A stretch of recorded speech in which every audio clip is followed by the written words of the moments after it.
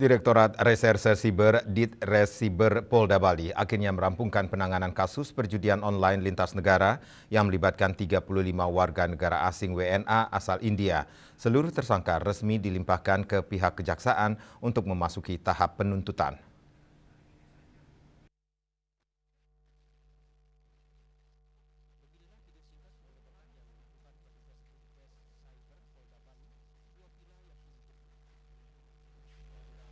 Langkah ini menandai babak penting dalam proses penegakan hukum terhadap salah satu jaringan perjudian daring yang beroperasi secara terselubung di kawasan wisata Bali.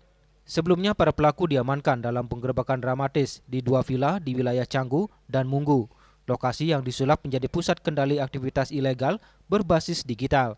Direktur Reserse Cyber Polda Bali, Kombes Pol Azari Kurniawan, menegaskan bahwa pelimpahan ini merupakan hasil dari proses penyidikan yang komprehensif berbasis bukti digital dan keterangan saksi yang saling menguatkan.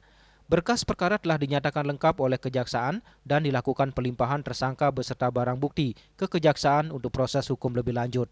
Ditambahkan, selama proses penyidikan, penyidik Ditres Cyber berhasil mengungkap peran masing-masing tersangka dalam struktur operasional perjudian online tersebut. Mereka diketahui menjalankan fungsi yang terorganisir, mulai dari operator sistem, pengelola akun, hingga pengendali transaksi keuangan yang terhubung dengan jaringan internasional. Sementara barang bukti yang dilimpahkan yakni perangkat komputer, server, telepon seluler, serta sejumlah data digital yang menunjukkan aktivitas perjudian online secara sistematis dan masif.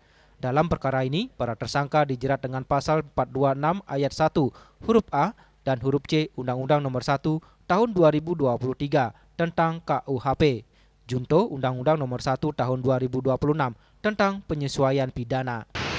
Saya kira sama halnya kayak scam-scam sebelumnya. Mereka pastinya berpindah-pindah, namanya juga digital nomad. Jadi mereka ini melakukan aktivitas baik itu jual maupun scam ini karena dicurigai di sana, juga pastinya nyari tempat aman. Raiswantara dan Angkat Wirawan, Bali TV.